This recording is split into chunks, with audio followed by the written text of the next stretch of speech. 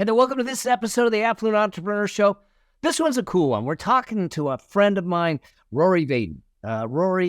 He's a Hall of Fame speaker, but more importantly, he helps people get their message out in the world in a way that allows them to live their calling. We talk about personal branding. We talk about the connection between personal branding, revenues, and your wealth. If you're looking to try and take your knowledge out in the world, if you're looking to build wealth and you have expertise, we start to break down the recipe of how to take that expertise and make it the income stream that allows you to build the wealth on your path to financial freedom. Enjoy this episode. I'd love to hear what you got to say. All right. See you in the episode. Cheers. Hey there, Rory. So glad to have you on the show, man. We've run in circles for many, many years, and we finally reconnected again. It's so cool to have a chance to chat with you. Yeah, Mel, thanks. It's my pleasure, buddy. And I think we met the first time in person. I was speaking at Chalene Johnson's event, and I know that you guys have been friends for a long time, and I'd heard about you, your reputation preceded you, but and now I'm glad that we finally made this come together, brother. Thanks for having me. Yeah, so good. For those of the people that are listening, first off, I want to let them know who Rory Vaden is, what Brand Builders is, what you do, where you've come from. And for those of you that don't know who he is, shame on you. Y'all should know. And you will by the end of this show. Thanks, man. I consider my personal area of study the psychology of influence, which is moving people to action, and that would be how I would define the arc of my entire career. But my wife and I sold a company back in 2018, and ever since that time, that we had started a company in 2006. We grew that to 8 figures in annual revenue. We had about 200 people. We sold that company in 2018. And ever since 2018, that's when we started Brand Builders Group. So for like the last 5 years, we have been exclusively focused on providing personal brand strategy for what we call mission-driven messengers. So what a CMO would be to a company is what we do, but exclusively for experts. And some of our clients would be people like Lewis Howes, Ed Milet, Eric Thomas, E.T. the Hip Hop Preacher, Tom and Lisa Bilyeu, Peter Diamandis, Amy Porterfield, Jasmine Starr, all clients of ours. But most of our clients are not like those people. Those people have become very, very well known. We've worked with them in, varying levels of involvement. Lewis was our very first client. We started working with Lewis in 2018. We've worked the most with Lewis, the most closely with Lewis, and the longest with Lewis's team. But our other 700 active clients are just people who they feel a calling, right? They feel like they have a message they want to get out to the world. And so we help them grow their reach, and grow their reputation and thereby grow their revenue as a byproduct of that. So cool. And one of the things that I always like hearing from you, whether it's your show or watching on stage or also our conversations of late, is just how you think, how you see this arena and the value and the importance of this idea of, hey, if you've got knowledge, if you've got expertise, if you're a service provider type of a thing, you got to be a personal brand. That otherwise, I come from the bean counters. I'm an accountant, so ticking in. That's another reason I like you, because my undergrad was accounting. A lot of people don't know that, but like, I'm a spreadsheet nerd, and I love me some numbers, and so we have that in common. Yeah, but how do you stand out? Because here's my belief.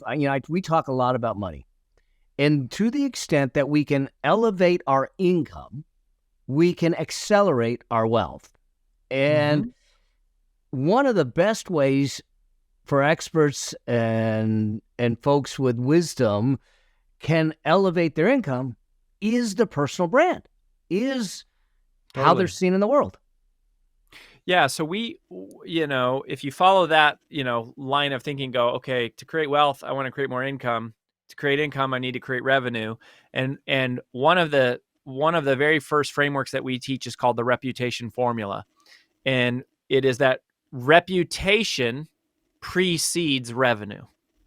And results times reach equals reputation. So we would say results times reach equals reputation. Reputation precedes revenue. Revenue precedes income. Income precedes wealth, right? So that's how I'd connect kind of our expertise and yours together. But when people hear the word personal branding, they think the wrong things. At least according to us, right? Like when people hear the word personal brand, too often they think like, oh, you're talking about social media, or you're talking about my color palette, or my fonts, or my logo, or they think websites or funnels, or they think like YouTube or podcasting. And all of those things are in some ways parts of personal branding. But the way that we define personal branding is more fundamental than that, Mel. The way that we define it is that personal branding is simply the digitization and the monetization of your reputation. The digitization and monetization of reputation. So it's really about reputation. It's about trust. And one of the things that our firm, Brand Builders Group, did recently is we partnered with a PhD academic research firm, and we conducted a nationwide research study called the Trends in Personal Branding National Research Study. And this is weighted to the US population, but it's statistically valid. It's empirically accurate, PhD validated. And we found that 74% of Americans say they are more likely to trust someone if they have an established personal brand. 74% say they're more likely to trust you.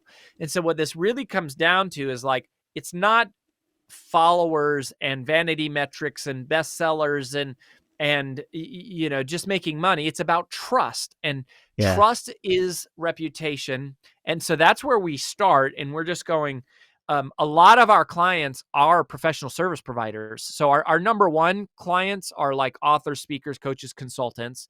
Obviously, some of the top podcasters in the world are also clients of ours, but like we think of them as experts. And a very close second would be professional service providers, accountants, doctors, lawyers, anyone whose personal brand and personal reputation and personal face ties directly to their small business, and even big businesses. Those are people that we're working with, because it's all about trust, and reputation precedes revenue. I love how you connected it, and then in this idea of trust. I remember when I had the martial arts studio for 11 years, sitting with my instructors and saying, too often we get caught up and confuse the commodity with what the true product is. And I said, what do we sell? And they said, self-defense. And I said, no, that's the commodity. And I said, how do we want them to feel? How do we want them to believe? And what do we want them to have when they walk out? And it came down to caring. We wanted everyone to feel cared for in that environment. I said, now, if we went on the mat to go teach 3 techniques, how do you create a caring environment and them feeling cared for through those 3 techniques? Will it change the way you teach? Will it change the way you show up? And the answer is yes. And so I think too often we get confused. I'm an author, so I write books. I'm a speaker, so I speak words. But you said it. We're messengers. And if in the communication of that message, we can't get to that level of trust, the message isn't going to land, which means we don't have the impact that we're actually trying to have. Mm-hmm. Yeah. And I'll share with you the single greatest piece of personal branding advice that I've ever received.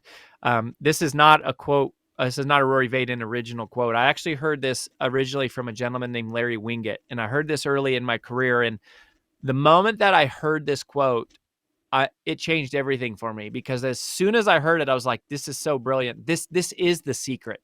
This is what it's all about. And here's what Larry said. He said, the goal is to find your uniqueness and exploit it in the service of others. Find your uniqueness and exploit it in the service of others. And that hit me immediately. I was like, oh, that is it. That is what this should look like. Now, Larry was never really in the business of teaching people how to find their uniqueness. And so when we started Brand Builders Group, we said, that's what we're going to do, is we're going to develop a process that, as part of helping people build their reputation, growing their reach, building their revenue, we're first going to help people find their uniqueness, so that they can exploit it in the service of others. And so the first part of our journey is a process that we call finding your brand DNA, and there's 6 questions that we take people through. We can run through as many of them as you want here, to go, how do you find that uniqueness? How do you find that starting off point? How do you figure out what makes you different from all the other accountants out there, or all the other martial arts, training schools, or all the other lawyers, or all the other doctors? Like, what makes you really different? How do you find your uniqueness? And so these 6 questions kind of walk you through that, because if you can't articulate that, and if you don't know what makes you unique and different, there's not really a good chance that anyone else is going to be able to articulate it for you. So good. And you're right. I mean, how often do we come to something, especially in today's environment, because we do get caught up and think, well, it's an Instagram following, it's a TikTok following, that's all I got to do. But there's so much more to it. There's a lot of depth to it. If we're intending to bring value to the market, impact to people, and get paid for it in the long term, there's a lot more work that needs to be done. Yeah, totally. And part of it is just communicating. You and I were talking about this before we started, was being able to communicate what is the value that you provide. And for us, that's the genesis of where the personal brand journey begins. So all in, this is a little bit overwhelming for people sometimes to hear, but I mentioned that we've been working with like Lewis Howes for over 5 years. That's because all in, Brand Builders Group has 14 completely different 2-day experiences. That represents our full curriculum, is 14 different 2-day experiences. But on day 1 of the first one, and the first lesson, the first starting point of the whole journey, is being able to answer, and we ask people to answer this one simple question with one word. And we tell them that if you can't answer this one question with one word, you're going to struggle through the rest of the process, because of something called Sheehan's Wall, which we also talk about. But the genesis of building a great personal brand is being able to answer this question: what problem do you solve? In one word. What problem do you solve for your audience in one word? Because what people really spend money on is solutions to problems, right? We think of money in terms of luxuries like homes and cars and vacations, but the reality is we only spend that kind of money when we have that kind of money. But if the water heater breaks, we come up with the money. If we get a flat tire, we find the money. If our kid gets sick and needs to go to the hospital, we find the money. We pay money fastest. People will pay money fastest to solve problems. So if you want to assert yourself as unique in the market, if you want to attract money the quickest, you need to be the clearest about what problem you solve. So for example, at Brand Builders Group, the problem that we help people solve is obscurity, which means to be unclear, untrusted, or unknown. Many of our clients, like our perfect client, is somebody that we would describe as the world's best kept secret. They are a true expert. They know their profession forward and back, inside and out, up, down, and all around. But nobody outside of their immediate network and their immediate clients knows them. When it comes to online, it's like, they go, why am I not on? I should be on that podcast. I know more about this topic than that person. How come I'm not on that stage? How come it's not my book on the bookshelf, with the New York Times bestselling author thing? And, I shared with you, we just recently last week helped our 14th client. 14 times we've helped a client become a New York Times or a Wall Street Journal bestselling author. And so we have a heart for that person. But most people, the reason they're struggling with obscurity is not because they're not smart enough. It's because of something called Sheehan's wall. So the way to think about this, Mel, is that in any environment, like any industry or any group of people, um, there's two different groups. There are people who are unknown; they're struggling with obscurity, and then there are those people who are well known. They have notoriety. They're recognizable in their industry. So in between those two groups is this huge wall that we call Sheehan's wall. We named this after Peter Sheehan. This was his original concept that we learned from him, that we've kind of adapted, and we named it after him. He didn't name it after himself. But what most of us do is, those of us who are unknown, we look at the people who are well known and we go, I want to do all the things that they do, right? And so we look at Tony Robbins and we go, oh man, he talks about relationship mastery and business mastery and date with destiny and personal development and money, and he has got a book on health, and he teaches all these different things. Or we look at The Rock, right? And it's like, oh, he's got a tequila line and he's got a clothing line, and he's an actor and he's a wrestler and he's a comedian, and or Oprah does all these things. And or Gary Vaynerchuk's a good example, right? And it's like, he talks about sports and music and social media and business and all this stuff. And so we talk about too many different topics and we bounce off the wall. We then have too many different business models.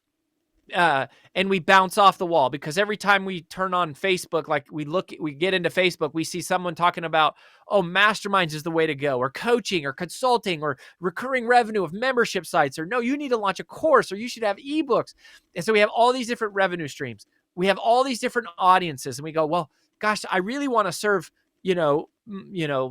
entrepreneurs, but I have a heart for like young kids in high school, and also for single moms, and also like military vets. And so we have too many audiences, and then we're on too many platforms, right? It's TikTok and Instagram and Facebook. So we have too many audiences, too many messages, too many topics, too many platforms, too many revenue streams. And this is why people bounce off the wall. It's because of one of our core fundamental beliefs that we have found true 100% of the time, which is that if you have diluted focus, you get diluted results.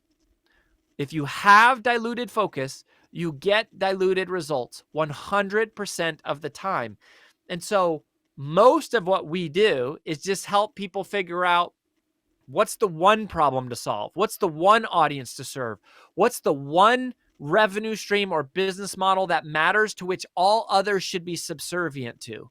And if you just figure out what your uniqueness is, that series of one things, then you will break through the wall on that one thing.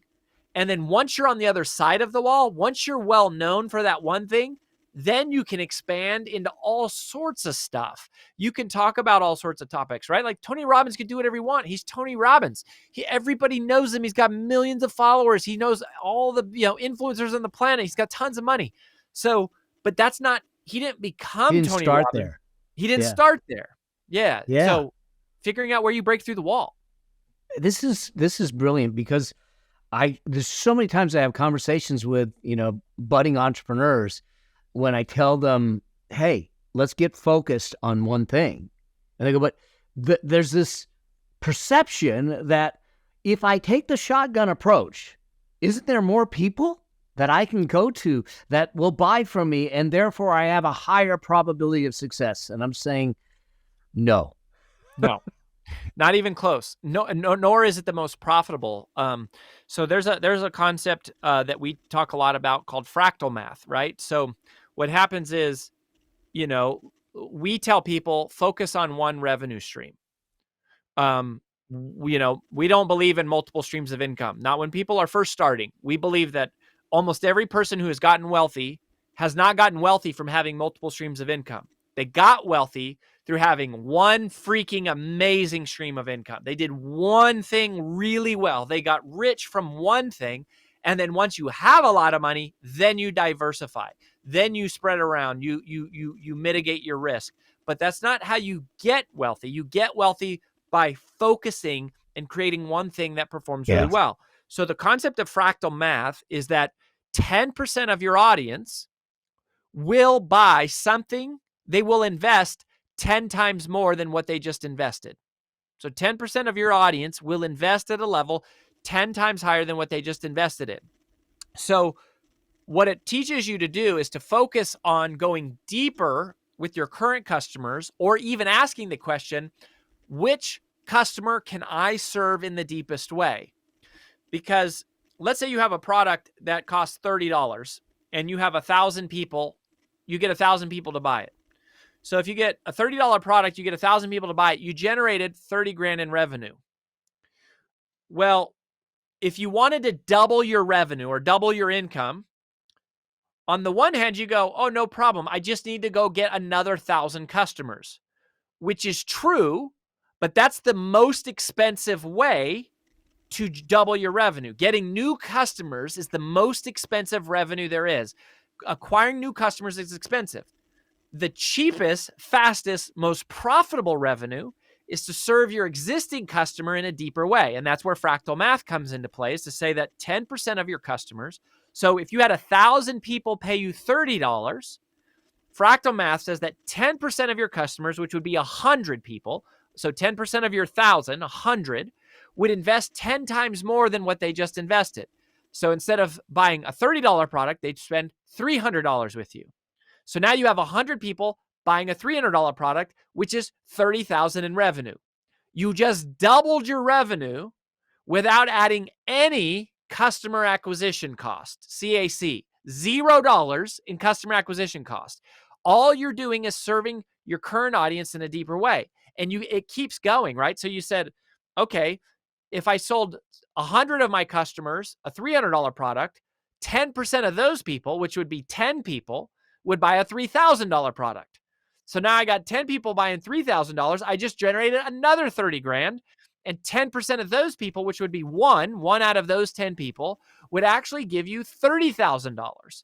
So you have quadrupled your revenue without adding a single customer in your whole acquisition mix. And so, we've done this several times. So Brand Builders is our second 8-figure business that we've started from scratch, and our 6th multi-7-figure business. And yet we've never had millions of followers. And my wife always says, she's our CEO. Her name's AJ. She says, you don't need millions of followers to make millions of dollars. Everyone's chasing millions of followers, and they become Twitter rich and dollar broke. Meanwhile, if you just served a small subset of your customers in a deeper way through Sheehan's Wall and being more focused, you would create way more money. And what's wild is it's not only will you make more money, it's easier. It's way easier to do it that way. It's just not what everyone sees on the internet. It isn't. And what they see on the internet isn't reality. It's a perception. So it's interesting because I literally just had this conversation with some of my team. And I said, because they were so focused on initially, Instagram growth and this, I said, I don't care. I don't care. What I want is the right people in the right conversations with me that I know I can serve and that I can continue to serve, because the financial journey is a lifelong journey. So I don't ever want to look at it transactional. I want to look at it relational, and I want to look at how do we deepen and create this long-term relationship. And I think that's what you're getting at. And when you start to look at that, whole concept comes down to this idea of lifetime value of the customer, which is huge. And we tend to look at the surface and go, well, I'm only selling a $29 product. No. Because you just showed us how that $29 product leads to a $30,000 sale.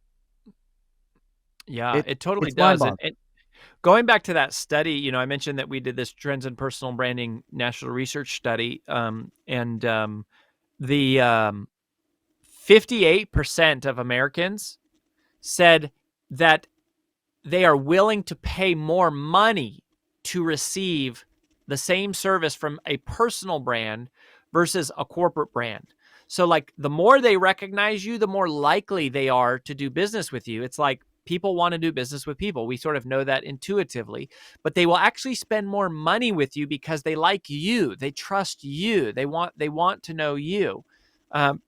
And so a big part of another big thing that comes up, Mel, with people early on in helping them find their uniqueness is figuring out the who. So, I'm a huge Simon Sinek fan. I love Start With Why. I love pretty much everything Simon's ever written. But when it comes to personal brands, we actually don't recommend that personal brands start with why. We recommend that they start with who. Because the sooner you're clear on who you're trying to reach, the sooner it becomes clear on where you should be producing content, what you should be, what products you should be offering, how much you should be charging. And so if there's a shortcut, it's to get clear on the who. But so many of us go, well, my stuff applies to everybody.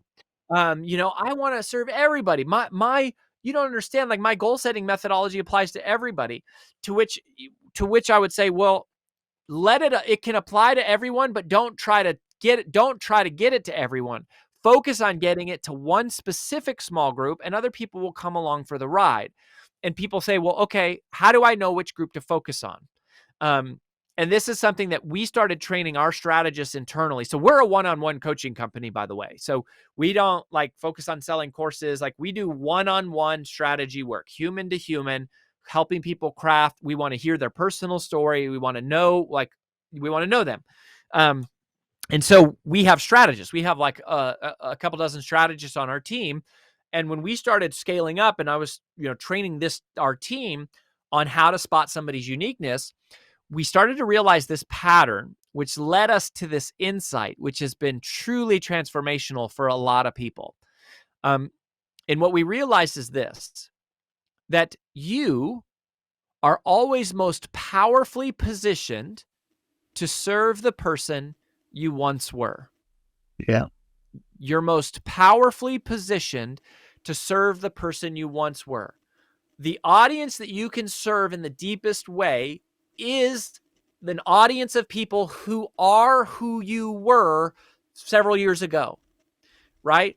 The reason why we serve speakers and authors in such a deep way is because I've been on stage since I was 17 years old, right? So I was inducted into the Professional Speaking Hall of Fame when I was 37. I had a TED Talk go viral when I was 33. I won the World Championship of Public Speaking. I was a top 10 finalist in that when I was in my 20s, right? I know the world of speaking inside and out, forwards and backwards, the art of speaking, the business of speaking, how to set your fees, how to negotiate fees, where to find gigs, how to work with speakers bureaus, what needs to be in your demo video, your press kit.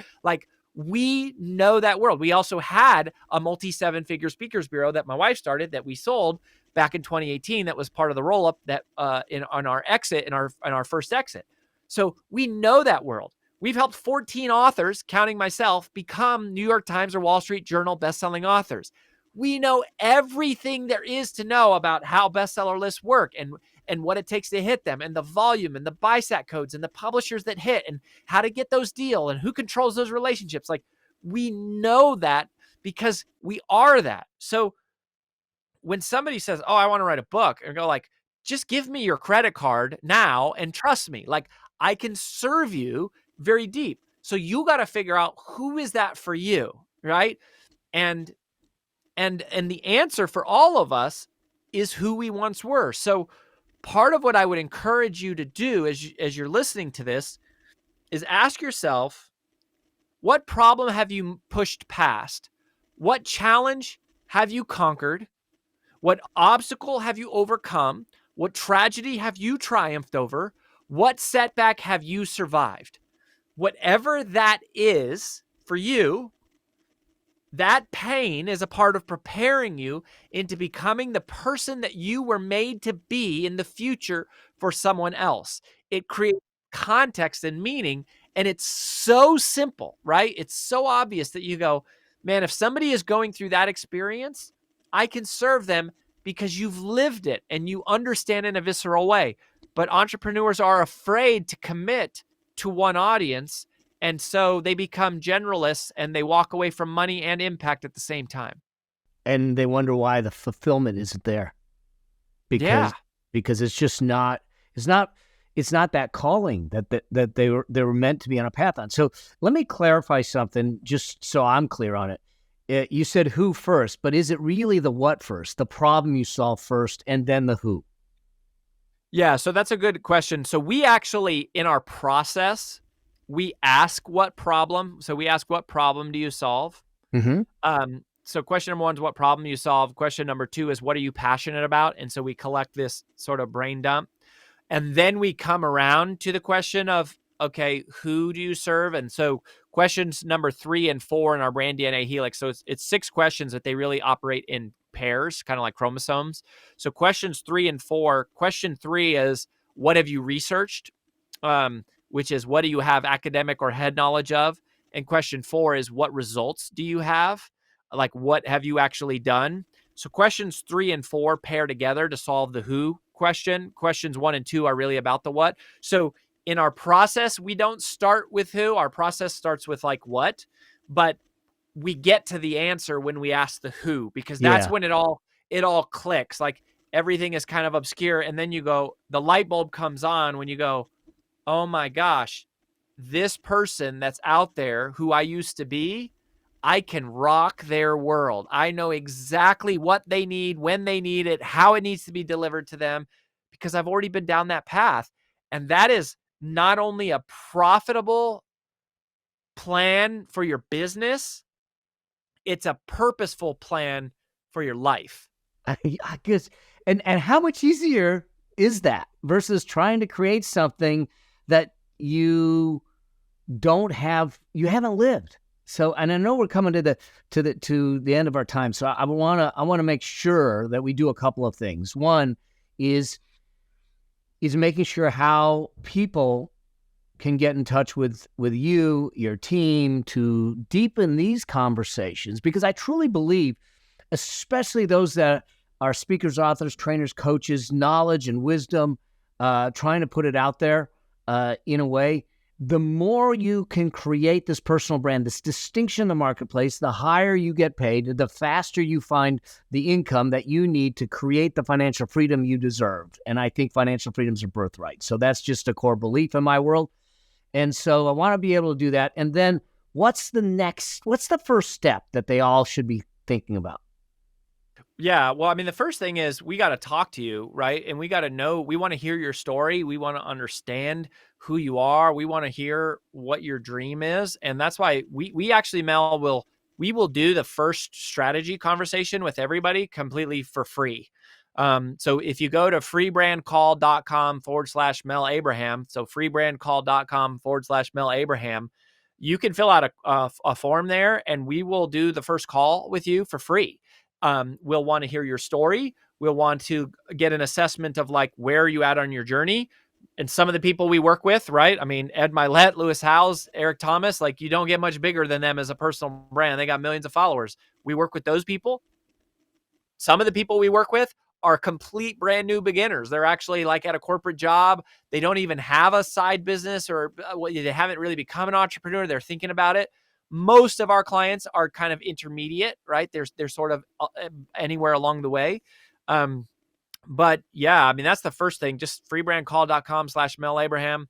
Request a call with our team, and then we'll give you an assessment after we hear kind of your vision and where you're at. We'll go, here's what we think, and we'll share with you our whole formula, like the big picture that we take everybody through.